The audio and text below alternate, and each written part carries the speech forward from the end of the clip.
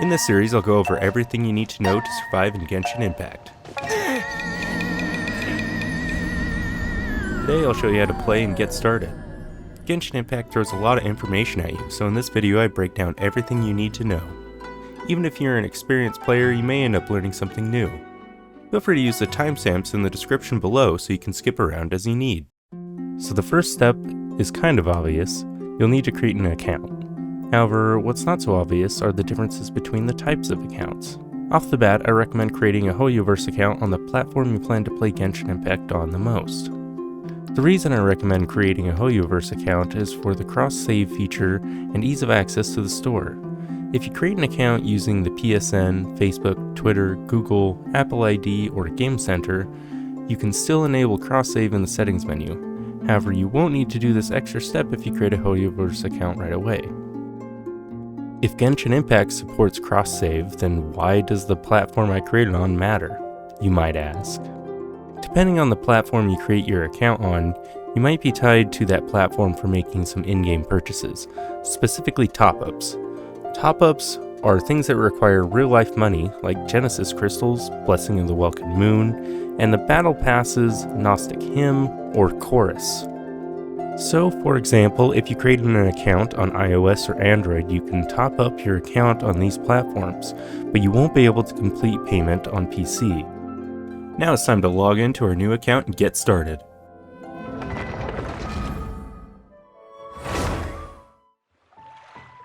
So, what you're trying to say is that you fell here from another world?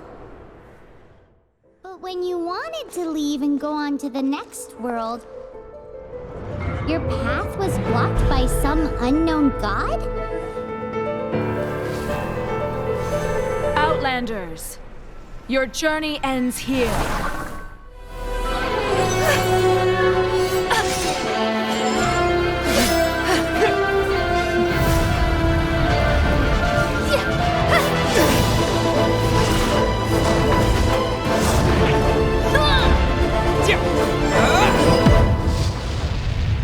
The next step seems obvious. Pick either the male or female character.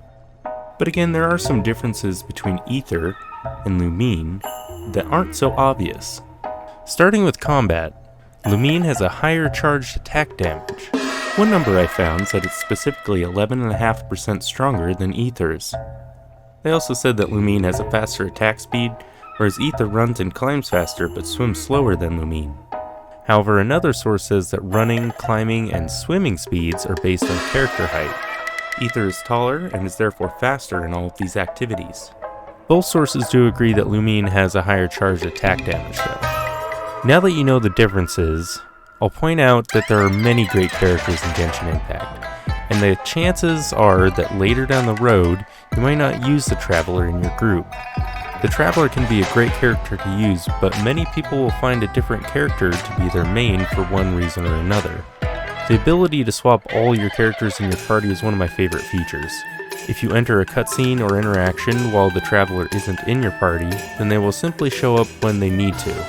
However, if having the highest damage per second Traveler possible is important to you, then you should choose Lumine. If you would rather pick the canon character, I have good news. Hoyoverse says it's up to you. Suppose that would be bad news if you have decided Poppy though. But with all of this in mind, my recommendation is to pick whichever twin you prefer. I'm going to pick Aether for this series. And for the sake of the story, I will just leave his name Aether.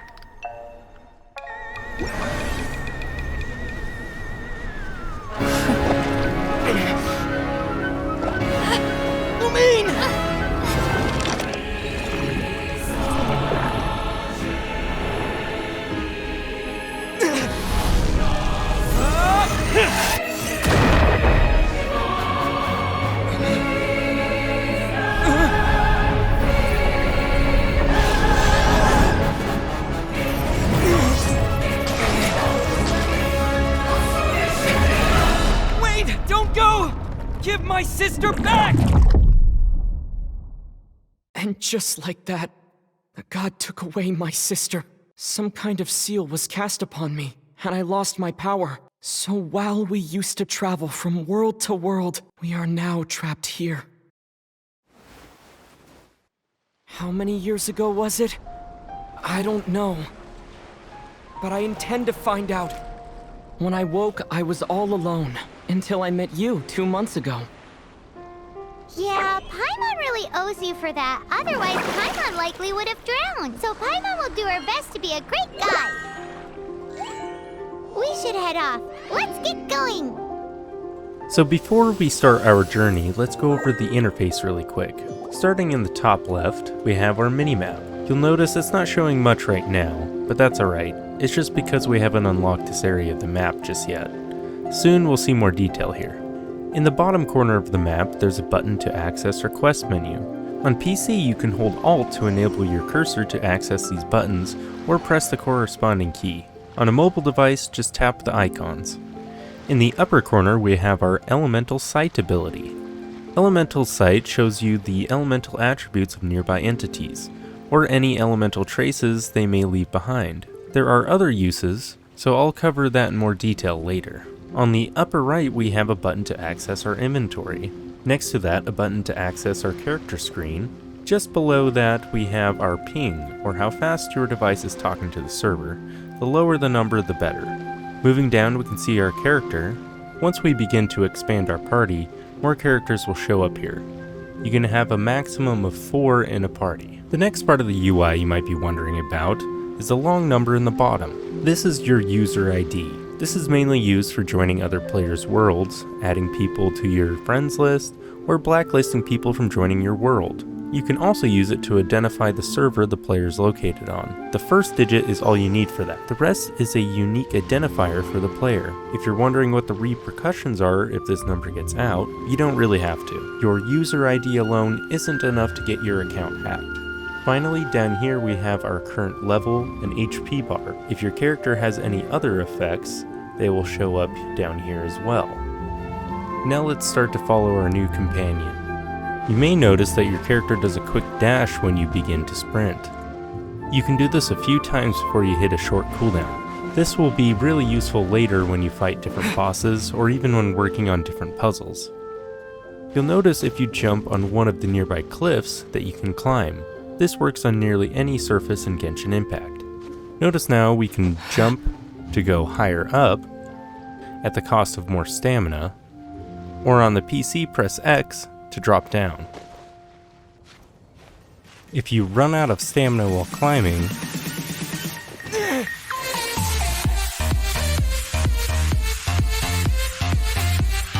well, what did you think would happen? It's also worth noting that you can swim. You can swim at a slower pace, which drains less stamina, or you can hold sprint, which will allow you to move much faster at the cost of a lot more stamina. If you run out of stamina while swimming, you drown. Ah! A hydro slime! Just above it, you'll find its level and health bar. You'll also find any effects that are currently affecting your enemies. This icon indicates that it currently has the wet status effect applied to it. Soon, we will have some elemental powers that can cause some reactions, but for now, let's just smack it with our sword. Holding the attack button will unleash a charged attack that can knock back enemies and do more damage, at the cost of more stamina. You'll also notice the particles coming from the slime. This is energy. Once we have some elemental abilities, we will need to accumulate energy to unleash our strongest attacks. If you do several normal attacks in a row, you will unleash a combo attack. We are also able to execute a plunging attack. All you have to do is press attack while falling. You will take much less fall damage. You also deal increased damage depending on how long you fall. Once you get more characters, you'll find that these attacks will function differently depending on what type of weapon that character wields. But I'll cover that in more detail later in the series. For now, let's finish off this hydro slime. It's time to catch up to Paimon. Looks like she wants us to click on this monolith. This is called a waypoint. Once we unlock more, they can be used to fast travel across Teyvat. Now, as we continue to follow Paimon, I would like to remind you that this is an open world exploration game. so don't be afraid to wander off the beaten path. You never know what you might find. A reward on the road. Also, you'll notice that there are plenty of resources here to gather. You can even hit trees and get up to 3 pieces of wood each tree. This is mainly used to craft furniture, but there's no harm in stocking up if you want to. You'll also find crabs, lizards, and other small animals around that you can harvest. No! God, please, no! No! No! No! All these can be used for cooking.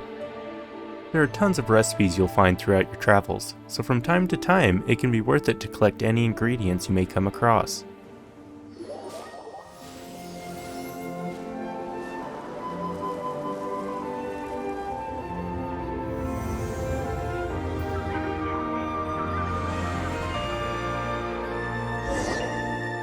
That's a statue of the 7! Among the 7 gods, this god controls the wind.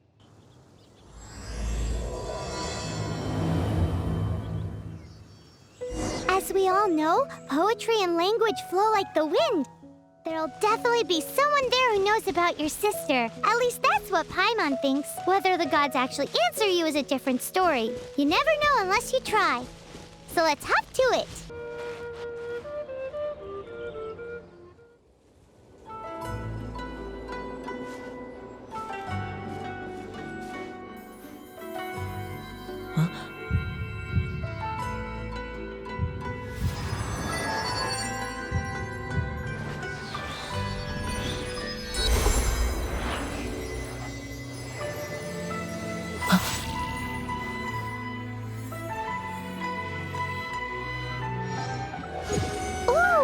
Did you just feel the elements of the world? Seems all you had to do was just touch the statue and you got the power of Anemo. As much as they may want it, people in this world can never get a hold of powers as easily as you. Mondstadt is the city of wind because they worship the god of Anemo.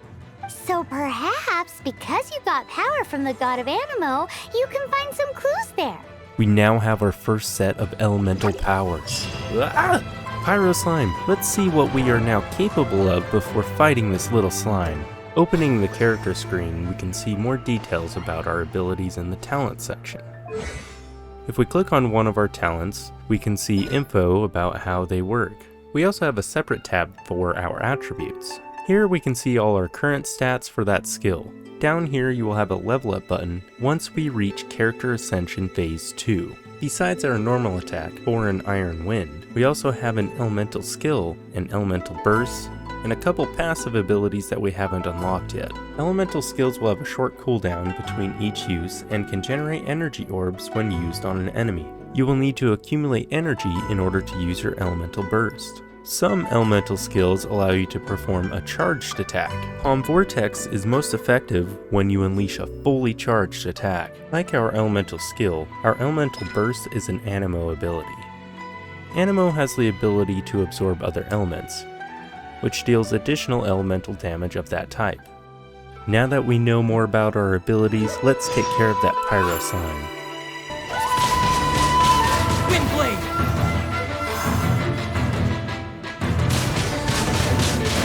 Now that we have enough energy, let's use our burst. Gust Surge!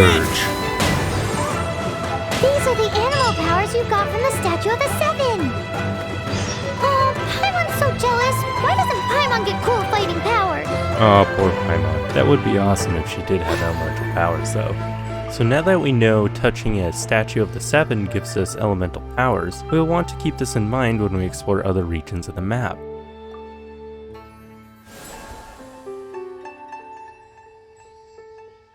Other than our elemental abilities, we can also receive healing from the statue. It will also revive any downed characters in the party. You can open a menu at the statues that allow you to manually heal other characters, or edit your automatic healing settings. Later, statues can also be upgraded, which give you rewards and increases your maximum stamina. Finally, the last thing that we unlocked from touching the statues of the 7 is our map.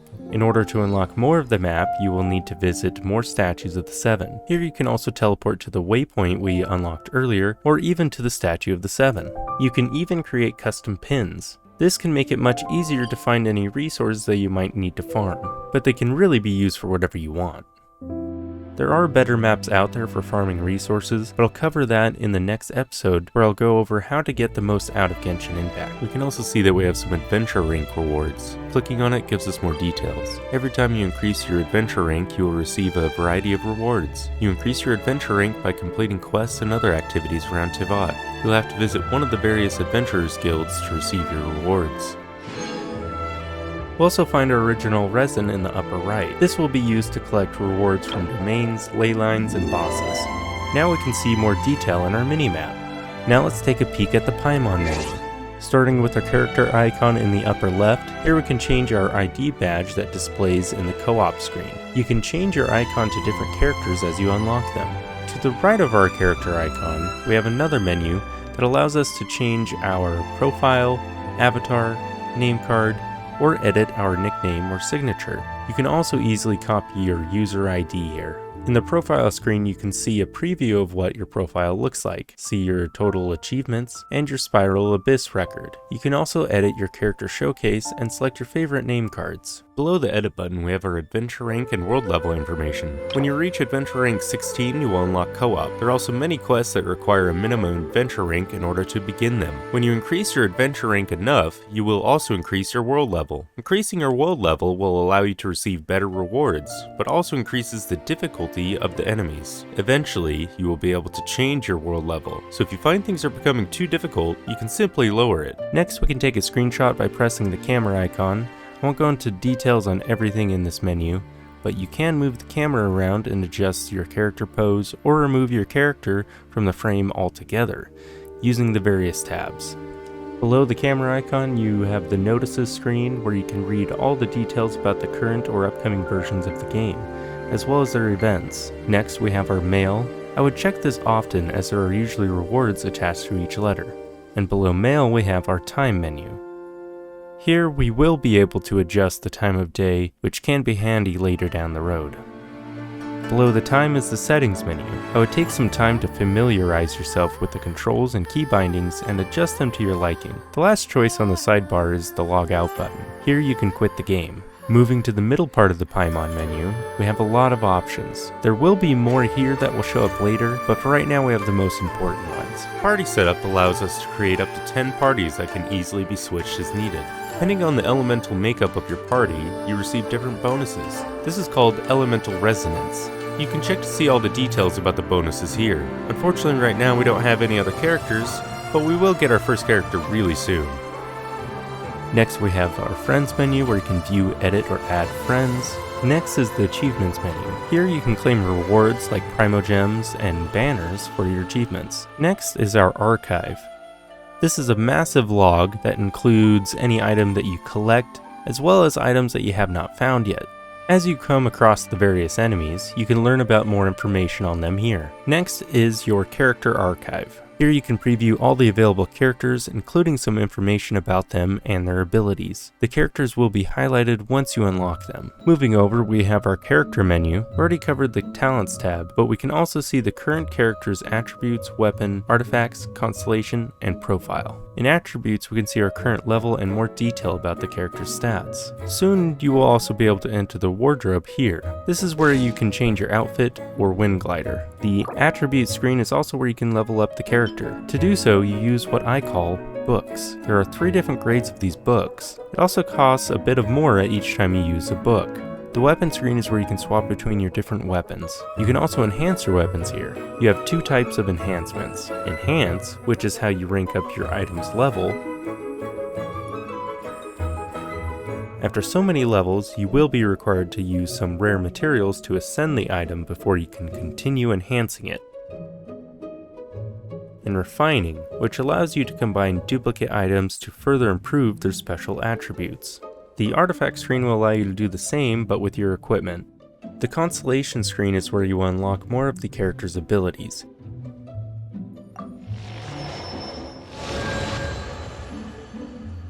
You can do this whenever you receive a duplicate of that character. You'll be able to unlock more of your traveler's constellations by earning special items throughout your journey. Lastly, we have our profile screen. Here we can see some quick details about the character, view their story, or listen to their voiceovers. Ah, So, like you then, Paimon? No, not at all! They're made of wood, and you can't eat them in an emergency either! When you have multiple characters, you can scroll through them by dragging left or right here. Or you can view a list and set your favorites by tapping this button.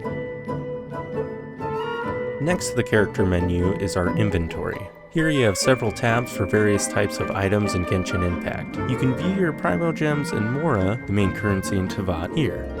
Now that we have our first quest, let's check the quest menu to see what rewards we can get.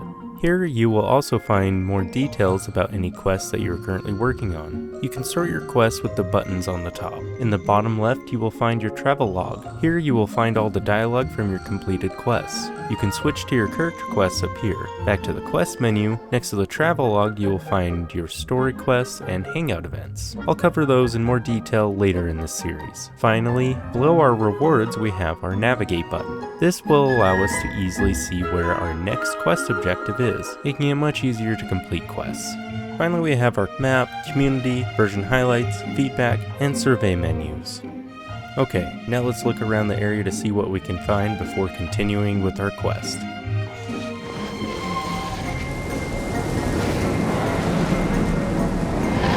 Wow, what is that? There's something huge in the sky! It's headed towards the heart of the forest! We must proceed with caution. Never mind the dragon, looks like we found our first treasure. Treasures can be found all throughout Teyvat. Some can be opened without issue, some require a key, while others are hidden. There are a range of different types of chests. With higher quality chests, you will find more and better items. Smell of treasure. Strange. Each chest can also reward you with Primo Gems. This scales with the quality of the chest. This one requires us to remove the surrounding enemies before we can open it. Looks like we got our first artifacts. Let's equip them really quick. Certain artifacts have a variety of base stats. Some can boost your healing bonus, some increase HP, while others increase your attack or elemental damage. Each artifact can also have up to 4 random properties. If you have less than 4 properties already, then every 4 levels of enhancement, you will be rewarded with a random property. Once you have 4 properties on an artifact, every 4 levels will randomly increase one of them. For now, it's important to equip whatever you find. Once you have more to choose from, you can start picking ones that fit your build better. If you want to pick the best artifacts for your characters, you can check out their talents and see if there's a certain stat that you should focus on. For example, some characters can boost the attack of your party based on how much defense that character has. I'll cover other ways to make it easier to figure out which artifact is best for a certain character or build in the next episode. Now let's get back on track. Time to enter the Whispering Woods.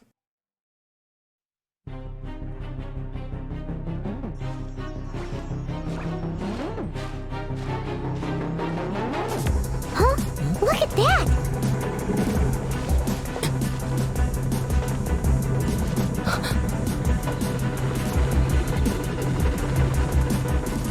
Don't be afraid. It's all right now. I'm back. Is he talking to a dragon?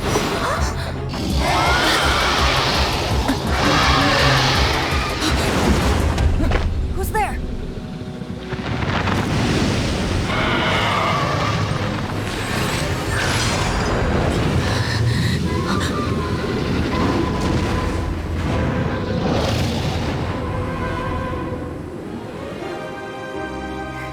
That was close. Paimon almost got blown away. Luckily, Paimon managed to grab hold of your hair. Thanks. Oh, what's that? There's some kind of shiny red thingy on the big rock over there. Let's go take a closer look. Paimon's never seen a stone like this before, so Paimon can't tell what it is. All Paimon knows is that it's dangerous. Best we put it away for now. Okay, we've got it. Now let's get out of here. Hey, you! Stop right there!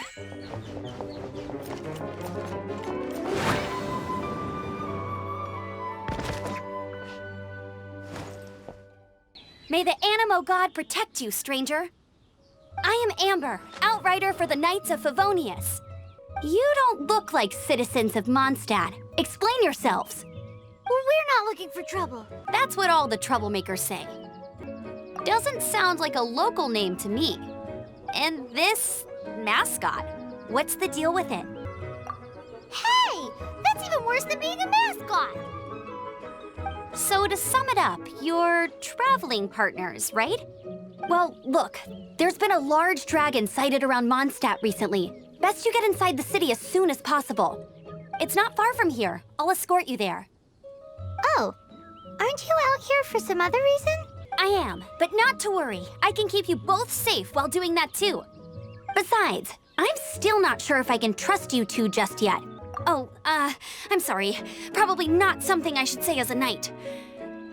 I give you my apologies, strange yet respectable travelers. That sounded so fake! Do you have something against the type of language usage prescribed by the Knights of Favonius Handbook?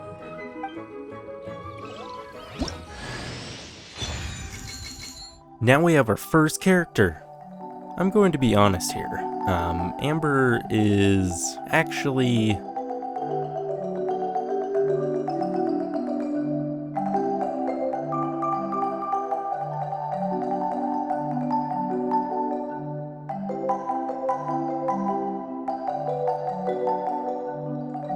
one of my favorite characters. If you know anything about Genshin Impact, you might scoff, but hear me out. The character doesn't have to be great at combat to be useful. In the beginning, Amber is actually quite useful. She is the first character that allows you to easily hunt animals and mine tougher ores, with the help of Baron Bunny, that is.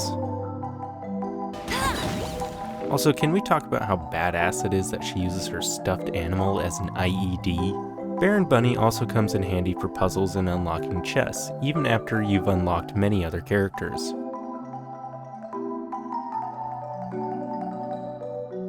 With the right equipment and party, she can play a very effective support or DPS role. I personally love her backstory and personality, so even though I don't currently use Amber that often in my parties, she is one of my top 3 favorite characters in Genshin Impact. Now let's learn how to use her. So switching to Amber, we can do an aim shot one of 2 ways. By pressing the aim shot button or key, this allows you to easily fire off multiple shots. You can also enter an aimed shot by pressing and holding your attack button. Your shot will begin to gain power until it reaches its maximum charge. For Amber, this allows us to shoot flaming arrows, dealing pyro damage. Certain enemies have weak spots. If you hit a weak spot, it will deal increased damage. Her elemental skill is Baron Bunny. By pressing and holding it, you can throw Baron Bunny further and further until it reaches a maximum range where it'll stop. This won't reset the range, so this will require some timing and aim to get Baron Bunny to land where you want to while in battle. Baron Bunny will attract the attention of enemies, then explode after some time. Baron Bunny can also be picked up by the Traveler's elemental abilities. Prepare to be blown away!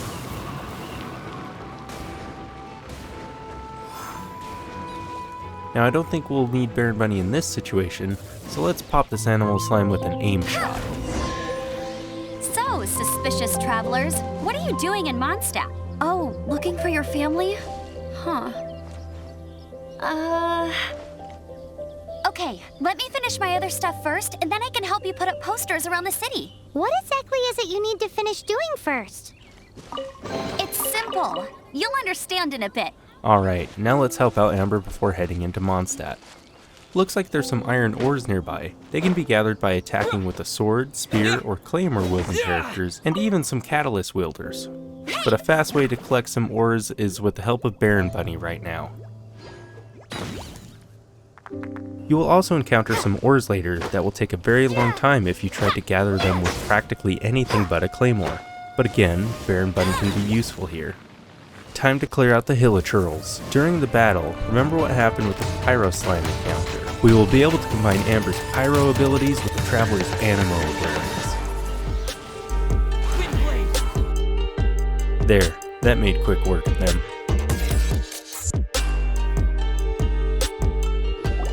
Nothing to it. Though I've gotta say, you surprised me a little with your moves there. Come with me. A responsible knight must make sure to see you to the city safely. Time to head towards Mondstadt. You smell that? We are down some health. Let's make some food real quick to restore that. What should I cook next? Oh, are you travelers from around here as well? No, we just happened to be passing by. What are you cooking? Smells good! I see. Welcome, travelers. Eat before you go. The first rule in the Wilderness Survival Guide. Picnic? Oh, Paimon just loves picnics! My travel partner here is good at cooking as well. Oh, there's a cooking pot right there. Show me what you got. There are some mushrooms and meat in the barrel over there. Try making a chicken mushroom skewer for me. As I've mentioned earlier, Genshin Impact has a ton of recipes, all requiring a different set of ingredients. You'll also notice that each type of dish has a different badge. There are 4 categories of dishes: recovery, attack boosting, defense boosting, and adventurer's dishes. Adventurer's dishes will reduce your stamina consumption, restore stamina, or even help you stay warm in the freezing cold. There are a couple types of recovery dishes as well. They include dishes that restore your health or revive fallen characters. For now, let's make a couple of chicken mushroom skewers for Lynn. Once we unlock a character that has a special ability for cooking, you will be able to select them here. We can see what we're currently working on over here, and just below it is the required ingredients for the current recipe. Cooking is actually a minigame where you receive a better dish depending on how well you timed your stop on a cooking timer. Not pressing stop or stopping in the gray zones will result in a suspicious dish. Landing in the yellow section will result in a regular dish. If you time it correctly and land in the orange section, you'll make a delicious dish. Delicious dishes will be a higher quality product and give the maximum food effects for that dish. After completing a certain amount of the same dish, you unlock auto cook for that dish. Here you can simply select how many you want, up to 99, and you will receive it right away. This will always make a delicious variant. Is it done? Smells good. Now that's really tasty. You're indeed gifted. Hey! Leave some chicken mushroom skewers for Paimon! Alright, no more distractions. Time to head into Mondstadt. Let me officially introduce the city of wind, dandelions, and freedom. Travelers under the protection of the Knights of Favonius, welcome to Mondstadt. Finally, no more having to camp outdoors. But the city folk don't look too cheery. Everyone's been put out of place by Stormterror recently. But everything will turn out fine as long as Jean's with us. Jean? Acting Grand Master of the Knights of Favonius. Jean, Defender of Mondstadt. With Jean on our side, surely even the vicious Stormterror will be no match for us.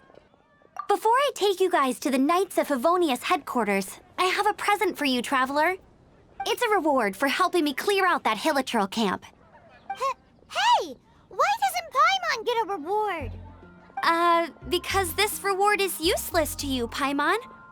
But I'll treat you to a traditional Mondstadt delicacy, sticky honey roast. Sticky honey roast! Come with me. We'll head to the city's, high ground.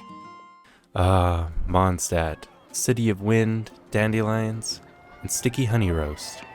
I mean freedom. I absolutely love it here. Other than their current dragon problems, it's really a cool place. Like other cities, there's plenty of detail, secrets, and hidden treasures to be found. But we can look for those later. Right now, let's see what Amber has in store for us. This used to be a bustling street, but with so many Stormterror attacks recently, the usual crowds are nowhere to be seen. Except for the local tavern near the city wall over there. They haven't been affected. If anything, their business is better than ever. So, the present I want to give you is a wind glider. Outriders use them to ride the wind, and the people of Mondstadt love using them too. I brought you here to give it to you, so you can experience it right away. Oh, you're really excited about these wind gliders, huh? Well, that's because the wind is the heart and soul of Mondstadt. Alrighty then, enough talk. Let's give it a whirl. It's easy to use, but you still need to pay attention to my instructions. Awesome, our first wind glider. Now all we have to do is run off the edge and press jump while airborne to activate the glider. Don't worry, you can't fall the first time doing this. The game will pause once you reach the edge. Then it'll wait for you to press the jump key to begin gliding. Remember, after this it won't pause like this. So it'll be a good idea to get a running start and jump from a high vantage point before activating your glider. Now we can glide. The only way to go up, or to hover, is to use an upward wind current. Maybe you'll be able to find an upward wind current that you can lock somewhere around Mondstadt. From now on, we can use the wind glider to easily traverse Tavad.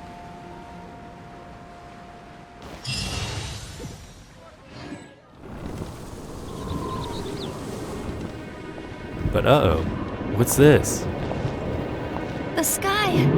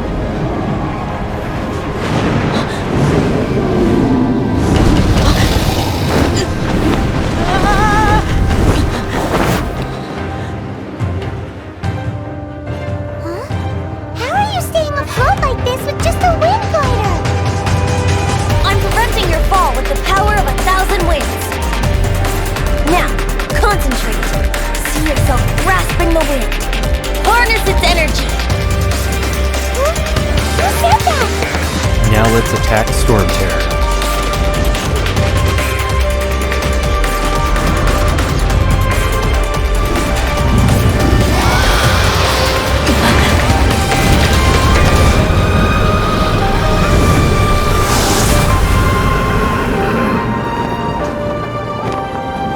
Whew. Looks like we scared it off for now. Are you hurt?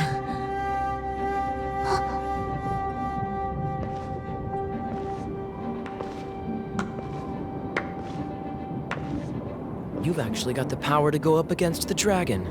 Are you a new ally? Or a new storm? I understand the anguish of being separated from family. I'm not really sure why you're looking for the Animo God. But everyone has their secrets, right? Relax. I won't press you for more. First and foremost, on behalf of the Knights of Favonius, I would like to extend our thanks to you for your help just now. The acting Grand Master of the Knights of Favonius is also very interested in meeting you, and formally invites you both to our headquarters. Now let's head into the Knights of Favonius headquarters and talk to Jean.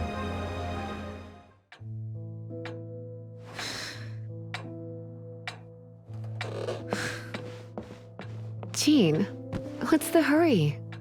I thought we agreed to meet them here. There have been sightings of Stormterror outside the city. Once we meet, we must... Relax. I'll lend a hand when the time comes. Jean, I've brought them.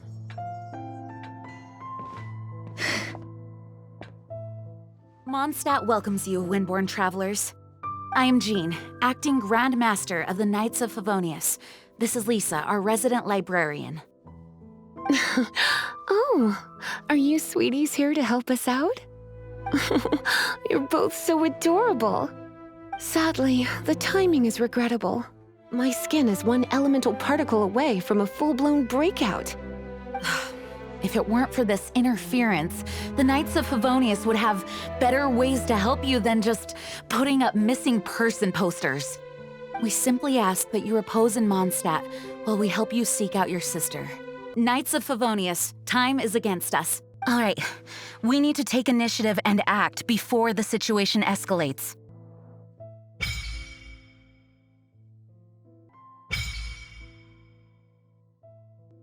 Excellent, now we have access to the shop and wishes.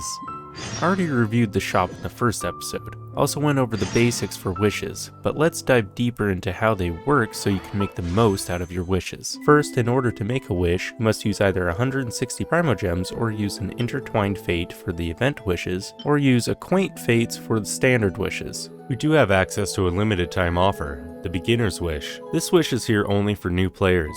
Here we have a very high chance to receive Noelle, and a high chance to receive a 5-star character. Wow, you never wished on the beginner banner? Noelle is a 4-star Claymore-wielding character that is a great support role with her ability to heal the party. She can also be made into a character that focuses on DPS. You also get 10 wishes for the price of 8. It is definitely worth wishing on this banner. For now, let's use our wishes on the beginner's wish.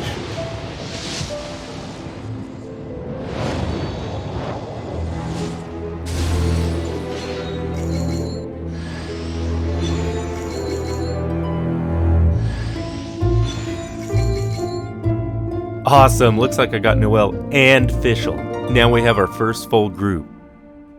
If you're curious about the odds, you can click the details button. Every time you make a wish, the results will be saved in your history for up to 6 months. You can use this information to calculate your pity. Every time you wish, you have a low chance of obtaining a 5-star character or weapon. For event wishes, you are guaranteed to win a 5-star character at least once every 90 attempts. If you've wished 89 times and have not received a 5-star character or weapon, then on your next wish you are guaranteed to receive one. In this situation, your current pity is 89.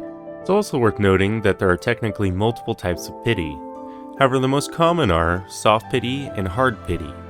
Soft pity begins on the 74th pole and gives you increased chance of getting a 5-star, whereas hard pity is initiated on the 90th wish as a guaranteed 5-star. Most of the time you'll receive a 5-star due to soft pity, unless you're just incredibly unlucky.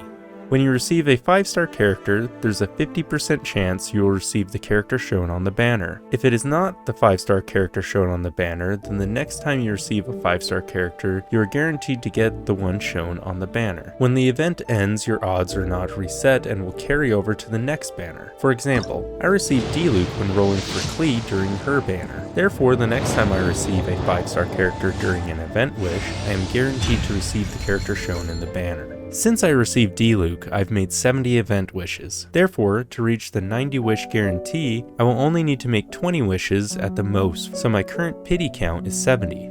This is how you calculate your pity. I plan to use this knowledge to obtain the new Dendro character, Tanari.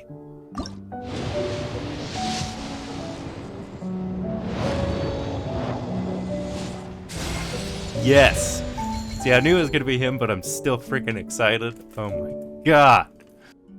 There are tools available that make calculating this extremely simple, but I'll cover that next time when I discuss companion apps for Genshin Impact. I would also like to point out that standard wishes do not share pity with the event wishes. They are calculated separately. They also work a bit differently as there isn't just one character on the banner. Instead, in a standard wish, every time you receive a 5-star character, it will be random. You do acquire acquaint fates fairly regularly as a reward, so it's still a good idea to use them up for the standard wishes. But I would recommend prioritizing the event wishes over the standard wish, as you can get the odds to work in your favor there, instead of leaving it up to sheer luck. Finally, let's check out the events menu. Here you will find all the current events and their rewards. These are all limited time, so I definitely recommend participating in them as soon as you can. This is everything you need to know to get started in Genshin Impact. From now on, the adventures will probably get more and more dangerous. We should make sure we're prepared. Now you are ready to go out and explore the vast world of Tavad and all of its secrets and treasures. Don't miss the next episode where I cover how to make the most out of Genshin Impact using companion apps. One of the apps even gives you free in-game rewards every day, so you definitely don't want to miss it. Hope that you found this information useful, interesting, or both. Please let me know what you think in the comments below. And thanks so much, and enjoy your time in Genshin Impact.